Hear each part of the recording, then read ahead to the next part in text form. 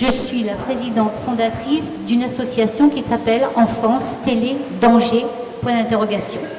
Elle est née en 1994 à la suite d'un meurtre d'enfant par enfant. Ces deux enfants avaient 5 ans. Deux enfants de 5 ans ont tué leurs petits camarades à coups de pierre et de boules de neige.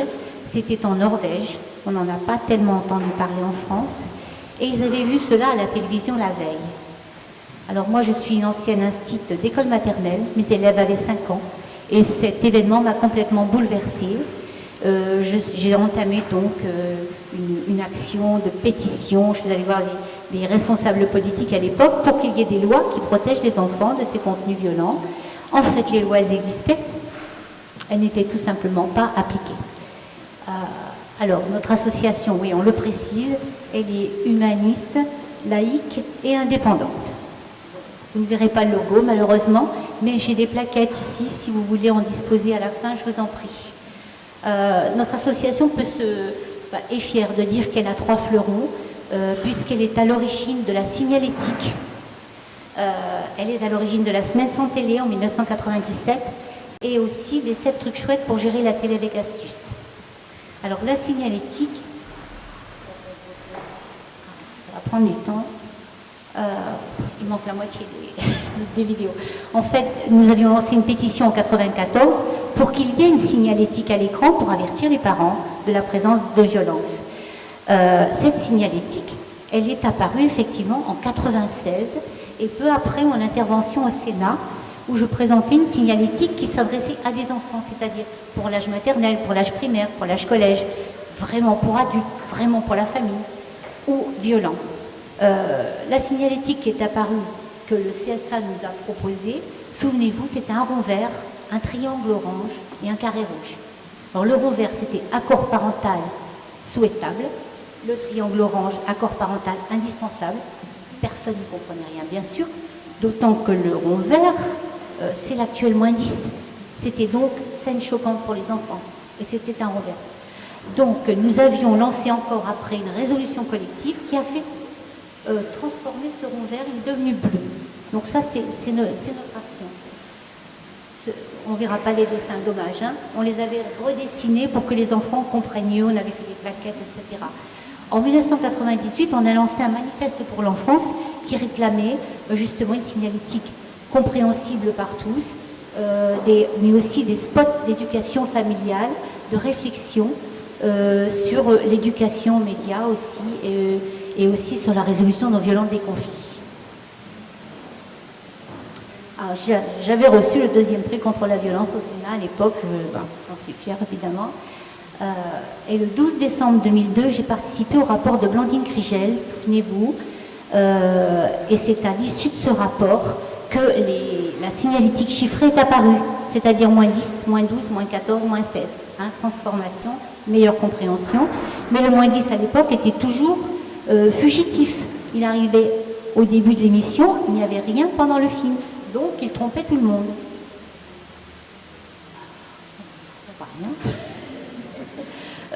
Et le 12 décembre 2012, nous avons obtenu, nous avions refait encore d'autres démarches collectives, le -12 est devenu permanent. Vous avez remarqué, maintenant, le -12 est devenu permanent.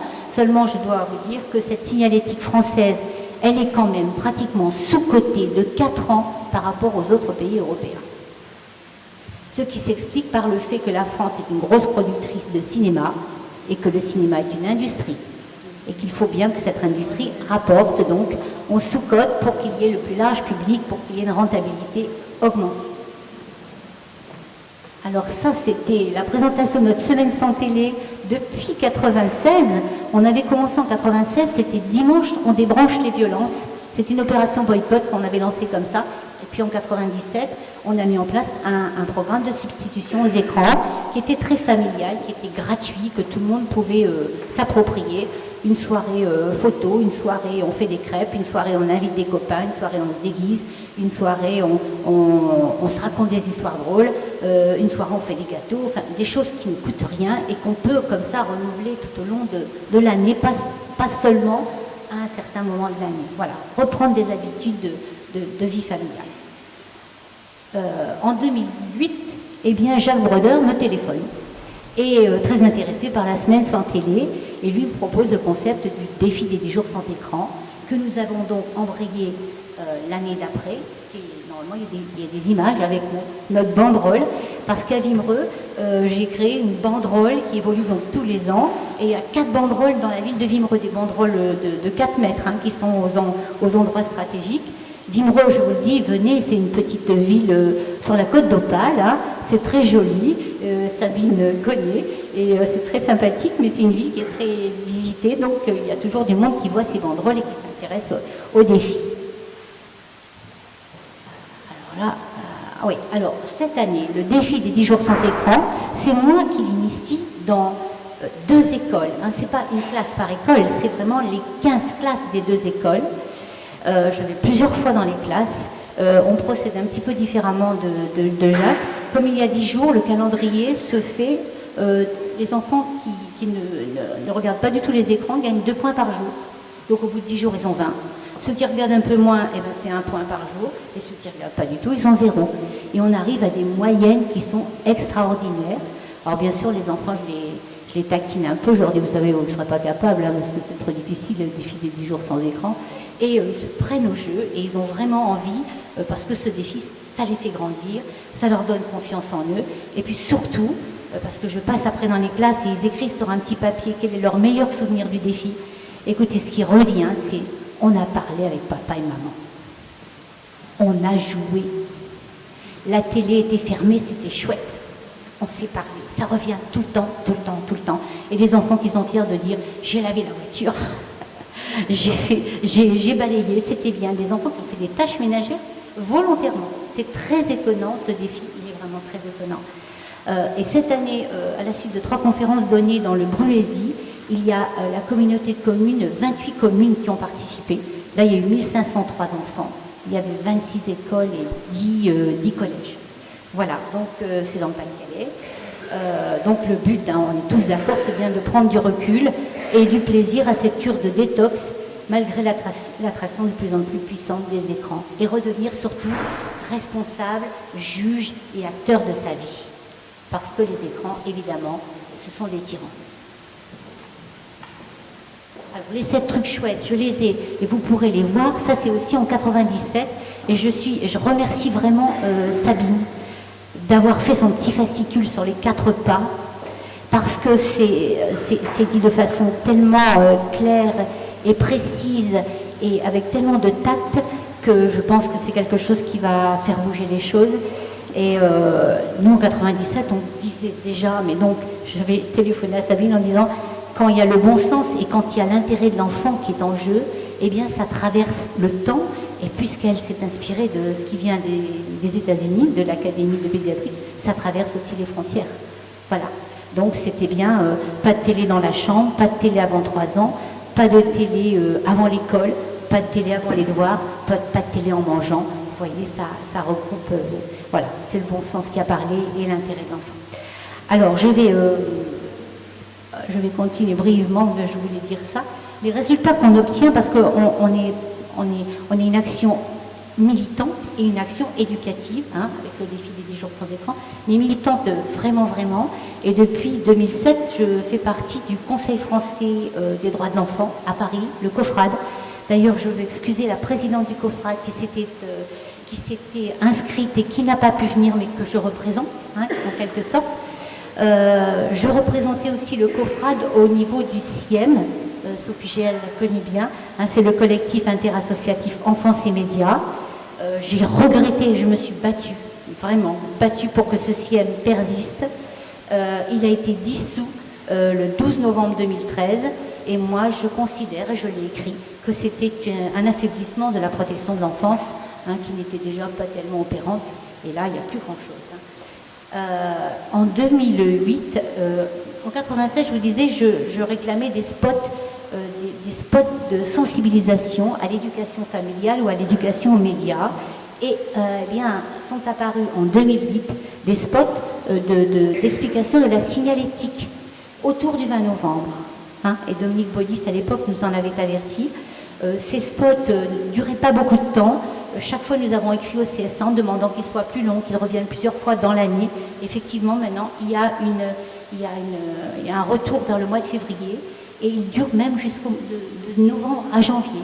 Donc ça, il y a eu quelque chose qui s'est amélioré à ce niveau-là, mais je trouve que c'est pas encore assez. Évidemment, les parents sont insuffisamment avertis des dangers d'une surconsommation d'écran. Ah oui, ben ça c'est le 12 décembre 2012, nous avons obtenu que le moins 10 devienne permanent à l'écran. Hein, et c'était vraiment un cheval de bataille important. Nous avions invité Sabine Duflo, Laurent Bègue, Bruno Harlet pour les 20 ans de notre association en décembre 2014. Il y avait une pétition qui avait été lancée à ce moment-là et qui réclamait entre autres qu'il y ait la création d'un pôle défense du parent téléspectateur auprès des défenseurs des droits. Parce que je trouve que le parent n'est pas tellement représenté et et surtout qu'il n'est pas assez entendu au niveau du CSA, qu'il ne prend en compte que des dérives extrêmement graves et qu'il les prend en compte très rarement. Voilà. Donc je voulais qu'il y ait quelque chose qui représente l'intérêt des parents pour la protection de l'enfance. Eh bien, en mars 2016, oui, à l'Assemblée Générale du COFRAL, M. Toubon était là et a annoncé qu'il y avait Mme Agnès Vincent-Deray qui allait maintenant le représenter auprès du CSA. Donc nous en attendons beaucoup. Bon, on n'a pas encore le temps d'entreprendre des démarches. Au sein du COFRAL, tous les 3 ans, nous faisons un rapport sur l'état des lieux de la protection de l'enfance en France et j'y participe forcément. Eh bien, cette année, l'ONU a repris en février 2016, dans ses recommandations à l'État français, les propositions d'Enfance Télédanger. Je les ai là, c'est vraiment du texto. Entre autres, prendre des mesures efficaces pour contrôler l'accès des enfants aux informations numériques inappropriées et renforcer les programmes de sensibilisation, d'information et d'éducation pour mieux faire connaître aux enfants, aux parents et au public en général les avantages et les risques liés aux médias. Alors, là c'est la dernière diapositive, nous lançons justement dans cette optique d'essayer de sensibiliser au maximum, parce que là nous sommes nombreux, mais nous ne représentons pas évidemment toute la France. J'ai lancé un concours de dessin sur l'impact d'une surconsommation d'écran, donc toujours sans contrôle et sans limite, sur la santé d'une part, sur le développement cognitif d'autre part, et sur le comportement. Donc il y a 15 titres. Les personnes qui sont intéressées, j'ai des documents papier. Il y a 15 titres qui sont à illustrer de dessins.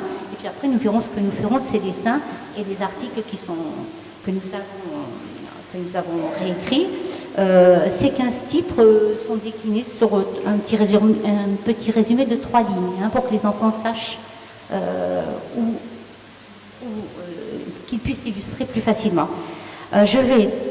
Je vous engage à diffuser ce concours de dessin. Vous aurez nos coordonnées par Sabine, évidemment.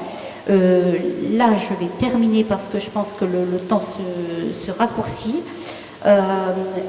Sabine m'avait demandé de parler de la signalétique. Hein. Vous avez vu que nous avons vraiment essayé de batailler pour la signalétique à la télévision. Il y a aussi la signalétique au cinéma, hein, qui impacte d'ailleurs la signalétique à la télévision. Cette année, il y a eu un problème. Nous avons été avertis par diverses personnes de l'annulation du visa d'exploitation du film Adèle, hein, qui était seulement -12. Je ne sais pas les personnes qui l'ont vu, si elles jugent que -12 était approprié. Ça n'était pas approprié. Il y avait des scènes de sexe non simulées et de très grande longueur, donc qui pouvaient se coter au niveau pornographique. Mais la ministre de la Culture en avait décidé autrement et elle avait demandé un rapport au président de la commission de classification des films qui, en réponse, a proposé, je vous le dis, a proposé de modifier un article du Code du cinéma qui entraînait une interdiction automatique d'un film aux mineurs lorsque celui-ci comporte des scènes de sexe non simulées ou de très grande violence. En clair, il faut traduire. Le terme pornographique n'existerait plus et la cotation -18 disparaîtrait. Donc au lieu que ce soit quelque chose qui protège davantage l'enfance, c'est l'inverse qui a été proposé et ce rapport a été accepté. Voilà. Vous avez vu une augmentation de la culture pornographique qui envahit tous les médias, tous les écrans, que ce soit la télévision ou autre, et des enfants qui y sont confrontés dès leur plus jeune âge. C'est vraiment un grave problème de société. Je vais terminer et conclure. Nous avions donc en 96 demandé que soient créés des spots d'information et de sensibilisation dirigés vers les parents. Si c'était les télévisions, si elles le voulaient, seraient en mesure d'inverser la tendance, parce que les publicitaires se targuent de nous faire changer de comportement en 3 spots. Vous voyez donc si la télévision s'y mettait, comme ce serait efficace. Donc je vous demande de relayer cette idée. Je vais terminer et conclure. Tout à l'heure on parlait de l'expérience de l'enfant. On sait que c'est la main qui conduit l'intelligence de l'enfant. Et si l'enfant devant un écran, eh bien elle ne conduit plus son intelligence. Et en dernière phrase, je dirais, laissons nos enfants être des enfants pour qu'à l'âge adulte, ils soient vraiment des hommes. Et c'est Pauline Kergomar, la fondatrice de l'école maternelle française, qui a dit ça. Je vous remercie.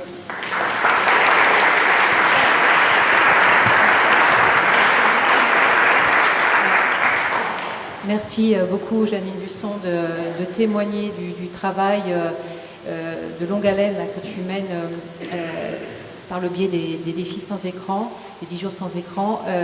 Juste avant de passer la parole à Sophie Géel, en introduction, j'ai parlé d'une mobilisation à la fois des personnels enseignants et aussi de la santé par rapport à ce thème. En réalité, j'ai pas nommé du tout toutes les professions qui sont engagées par rapport à ce sujet, qui au fond nous concernent tous, parce que, comme je l'ai dit, notre expérience première, c'est souvent une expérience de parents.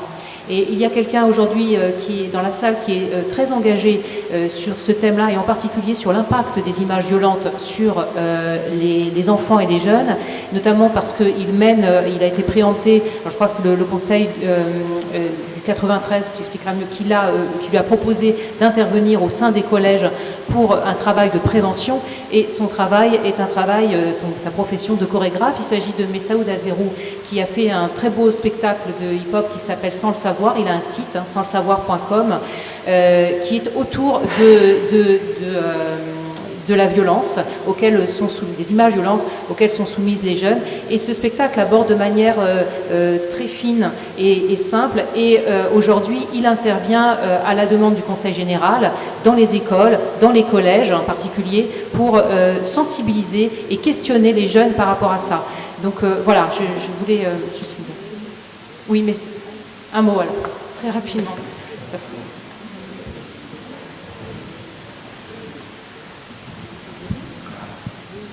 Donc bonjour à tous. Effectivement, je voulais intervenir parce que j'étais choqué, je ne sais pas comme vous, par les images que j'ai vues au niveau des jeux vidéo. Et il y en a certains qui vont dire que c'est artistique.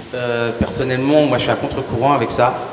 Et c'est pour ça qu'en fait, avec ma compagnie, on a décidé de construire un spectacle. Donc j'ai eu la chance de travailler aussi avec Je pense parle, de me rapprocher de Sabine, notamment aussi des études de Michel Desmurget, pour essayer de construire un spectacle qui soit très parlant et très convaincant. On l'a déjà joué plusieurs fois, ça a très bien fonctionné, puisque les parents ensuite viennent nous voir, veulent en savoir plus. Et voilà, je voulais juste dire qu'aussi la profession artistique se mobilise, parce que nous aussi on est touchés, on s'en rend compte, puisque nous c'est du spectacle vivant, on aime bouger, on aime échanger, on aime être dans la vie, on aime être humain. Et on s'aperçoit qu'en fait ça va tout l'inverse. Puis j'ai des enfants aussi, j'ai senti qu'ils étaient touchés, donc j'ai décidé de me mobiliser là-dessus. C'est un spectacle qui est efficace, il est multidisciplinaire, parce qu'on s'est aperçu que 99% de la population était touchée par ce phénomène. Donc il y a du théâtre, il y a du slam, il y a de la danse. Et donc on essaie d'utiliser cet outil artistique. C'est un bon levier pour déclencher un esprit critique sur l'état des lieux et sur là où on en est en fait. Et ça attire beaucoup de personnes, des personnes qui ont du mal à se déplacer sur les conférences ou le débat. Or lorsque ça passe à travers un spectacle, ça fonctionne bien, on s'en est aperçu. Mais nous on aime bien aussi le joindre juste après le spectacle, d'un débat interactif avec le public. C'est un public qui est souvent touché par ça, parce que quand on leur demande de se déplacer au niveau des conférences, ils ne dépassent pas vraiment, parce que pour eux, ils ne voient pas où est le mal. Par contre, on appelle ça un peu une toile d'araignée, parce qu'on les attrape, ils aiment le spectacle, et quand ils viennent, nous on traite vraiment le sujet. Les disciplines, elles servent vraiment la thématique. On s'est aperçu que ça fonctionnait bien, surtout quand on accompagnait aussi par la suite de professionnels par rapport au débat. Voilà, je voulais juste insister là-dessus, dire qu'aussi au niveau artistique, on se mobilise. Et on est très sensible à tout ça. Et puis je remercie Sabine et puis tous les intervenants parce que c'est très bien ce qui se passe. Et si on peut converger notre énergie pour, voilà, pour combattre ce phénomène, c'est très bien. Merci à vous.